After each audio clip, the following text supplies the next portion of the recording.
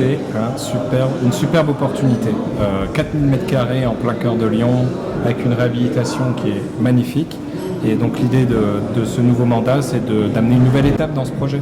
Et donc une nouvelle étape qui soit connectée aussi aux enjeux de notre temps, la résilience au climat, les crises sanitaires qui ont mis en évidence que l'alimentation était au cœur de nos préoccupations dès le moment où il y en avait une période de crise. Donc cette cité de la gastronomie, elle doit aussi devenir la cité de l'alimentation, de l'accessibilité alimentaire.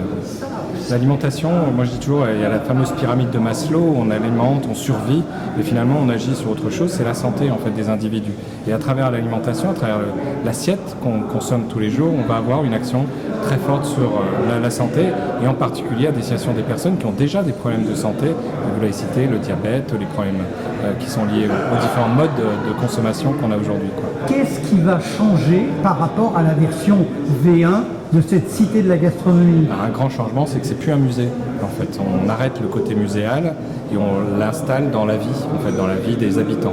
Donc ça veut dire, on la remet au service des habitants. Et on l'a fait à l'automne dernier, gratuitement. Les gens peuvent avoir accès, ce qui n'était pas le cas auparavant. Accéder gratuitement à la cité internationale, et on a eu plus de 7000 visiteurs à l'automne. On ouvre depuis le mois de juin, tous les premiers dimanches de chaque mois, ouverture gratuite pour le public, qui a permis déjà d'avoir 1500 personnes, 1500 curieux qui sont venus à la cité. Ça, c'est le premier point. Et puis, on la redonne aussi aux acteurs de la filière alimentaire. Et ça veut dire qu'aujourd'hui, ce projet, il se construit avec ces acteurs. Et demain, on aura des propositions à la fois de promotion des savoir-faire, des terroirs, des produits, avec les acteurs de l'alimentation et de la production même agricole, du champ jusqu'à l'assiette.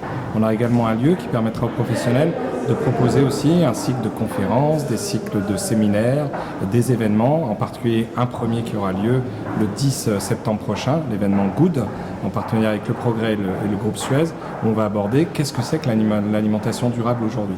Et bien, ce lieu de la Cité internationale, il doit devenir quelque part un lieu totem où on vient parler de gastronomie, mais on vient parler d'alimentation durable. Et puis il n'y a pas de hasard, hein. Les partenaires sont fédérés sous ce que vous appelez le comité Rabelais. Rabelais d'ailleurs comme notre télé. C'est exactement ça, et effectivement, l'aventure, elle se veut collective. Et c'est peut-être aussi un contrepoint par rapport au précédent projet.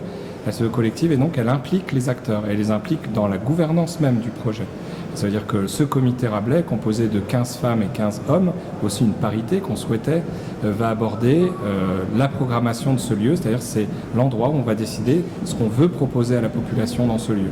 Donc c'est 15 femmes, 15 hommes, issus d'univers totalement différents, entre des gens qui viennent de l'agriculture, des gens qui sont spécialistes de la recherche en nutrition, des gens qui sont spécialistes de l'accessibilité alimentaire et de la précarité alimentaire, des gens qui sont des chefs renommés, et Régis Marcon, notre premier grand ambassadeur de la Cité internationale de la gastronomie, a fait plaisir de faire partie de ce comité Rabelais, et c'est une vraie chance pour nous aujourd'hui. Oui. Les chefs renommés, hein, il y avait Christian Tête-Doigt qui, dès la semaine prochaine, va, avec son entité de formation, va squatter, entre guillemets, les lieux pour éduquer et pour enseigner la cuisine à ses élèves. Alors squatter, je dirais, il est super accueilli ici, hein, c'est-à-dire d'arriver à proposer à des élèves aussi que ce lieu devienne un lieu de formation à destination des personnes qui souhaitent travailler l'alimentation.